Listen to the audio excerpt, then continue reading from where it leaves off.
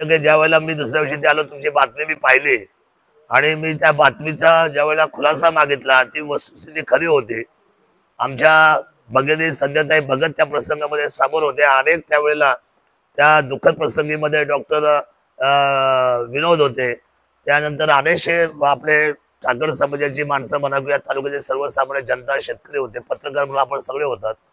आणि याची माहिती घेतल्यानंतर हे सत्य उघडकीस आलं की त्या व्यक्तीने, त्या डॉक्टरने त्या पदावर मद्यप्राशन करून त्या ठिकाणी ते त्या ड्युटीवर होते. ऑन ड्युटी असताना असं वागणं आणि अशा प्रसंगामध्ये लोकांशी अशा पद्धतीने वर्तणूक करणं, हा खरं तर काळिंबा आहे, माणुसकीला काळिंबा आहे. पण अशा परिस्थितीमध्ये मी तातडीचा निर्णय घेतला आणि त्यांना त्या कामावरून बेदखल केलंय, त्यांना बडतर्फ केलंय.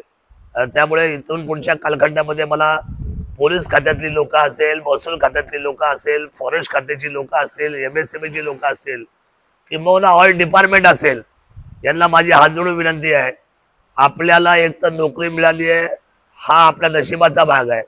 पण ती नोकरी मिळाल्यानंतर त्या नोकरीवर कुठल्याही पद्धतीचा आपल्याला त्या ठिकाणी टाच येणार नाही आपल्या नोकरीवर. अशा पद्धतीचं कुठलंही वर्तन आपण करू नये की ज्याच्यामुळे आपल्या नोकरीला त्या ठिकाणी फटका बसेल किंवा आपली नोकरी जाईल, किंवा आपल्यावर अनेक अशा पद्धतीचे प्रसंग ओढवतील. अशा पद्धतीचं कुठलंही कृत्य माझ्या अधिकाऱ्यांनी करू नये. कारण अधिकार ही ऍसेट्स आहे आमच्या सर्वांचे.